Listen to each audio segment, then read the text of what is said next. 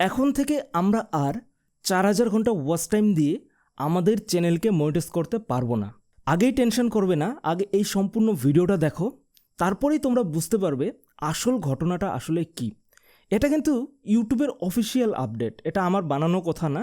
2-1 দিনের মধ্যে তোমরা সবাই জানতে পারবে যে এখন থেকে কিন্তু আর সত্যি সত্যি 4000 ঘন্টা ওয়াচ টাইম দিয়ে আমাদের চ্যানেল মনিটাইজ হবে না।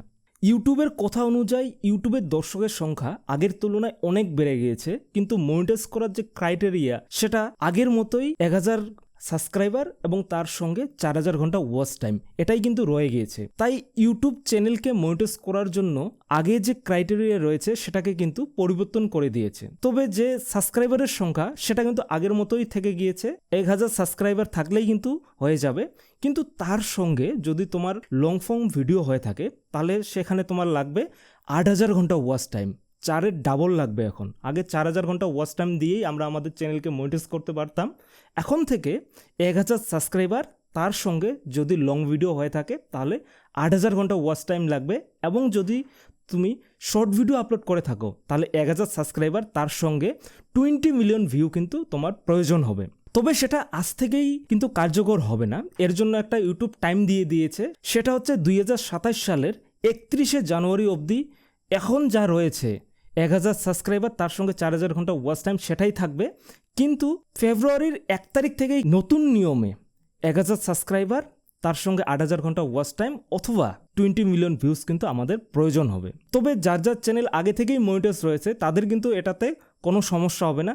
তার যদি 4000 ঘন্টা ওয়াচ টাইম দিয়ে চ্যানেল মনিটাইজ হয়ে থাকে তাতেও কোনো সমস্যা হবে না। তো এবার আসে আসল কথায়, যে আমি এই ভিডিওটা কেন বানাচ্ছি। এই ভিডিওটা আমি এর জন্যই বানাচ্ছি, তোমরা প্যানিক করবে না, টেনশন করার কোনো প্রয়োজন নেই। কারণ যদি ইউটিউবে তুমি কাজ করতে চাও, ইউটিউবের মতো করেই কিন্তু চলতে হবে। সে 4000 ঘন্টা ওয়াচ টাইম বলুক, সে 8000 ঘন্টা ওয়াচ টাইম বলুক, বা সে তার থেকে অনেক বেশি ক্রাইটেরিয়া বলুক, এটার দিকে কিন্তু মাথা ঘামালে আমাদের চলবে না। যখন তুমি ঠিকঠাকভাবে কাজ করবে তখন কিন্তু এই 4000 ঘন্টা তেমন একটা ম্যাটার করবে না। ইউটিউবে যে নতুন ক্রাইটেরিয়া অ্যাপ্লাই হবে সেটার সময় হচ্ছে নেক্সট ইয়ার ফেব্রুয়ারির 1 তারিখ থেকে। সুতরাং আমাদের হাতে কিন্তু এখনও 4-5 মাস কিন্তু রয়েছে।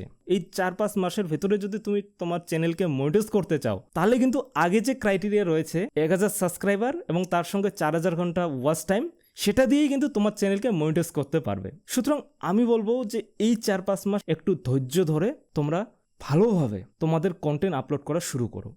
যদি এই 4-5 মাসের মধ্যেই তোমরা তোমাদের চ্যানেলকে মনিটাইজ করতে পারো তাহলে কিন্তু তোমার অর্ধেক পরিশ্রম করতে হবে। এবং এর সাথে আমি তোমাদের এটাও বলে রাখি, এই 4-5 মাসের মধ্যেই যে তোমার চ্যানেল মনিটাইজ করতে হবে এরও কোনো মানে নেই। 8000 ঘন্টা হোক, সেটা 4000 ঘন্টা হোক, এটা কোনো কিন্তু ম্যাটার করে না। আসল জিনিস যেটা ম্যাটার করে সেটা হচ্ছে আজকে যে ভিডিওটা আপলোড করবে কালকের ভিডিওটা যাতে আজকের থেকে বেটার হয়, এই কাজটা কিন্তু শুধু তোমাকে করতে হবে। এই কাজটা যদি তুমি একবার শিখে যাও, মানে সেলফ ইমপ্রুভমেন্ট করা যদি শিখে যাও, তাহলে তোমার 4000 ঘন্টা কি 8000 ঘন্টা কি এটা কোনোভাবেই ম্যাটার করবে না। এবং যারা এই 4-5 মাসের মধ্যে চ্যানেল মনিটাইজ করতে পারবে না তাদেরও টেনশন করার কোনো প্রয়োজন নেই। এটা যখন প্রথম আসছিল 1000 সাবস্ক্রাইবার এবং তার সাথে 4000 ঘন্টা ওয়াচ টাইম, এটাও কিন্তু একটা বিশাল ক্রাইটেরিয়া মনে হতো। সেমভাবে প্রথম হয়তো তোমাদের মনে হতে পারে যে 1000 সাবস্ক্রাইবারের সাথে 8000 ঘন্টা ওয়াচ টাইম এটা অনেক বেশি মনে হলেও এটা কিন্তু তোমাদের আস্তে আস্তে স্বাভাবিকই মনে হবে, কারণ এখন কিন্তু অডিয়েন্সের সংখ্যা অনেক বেশি।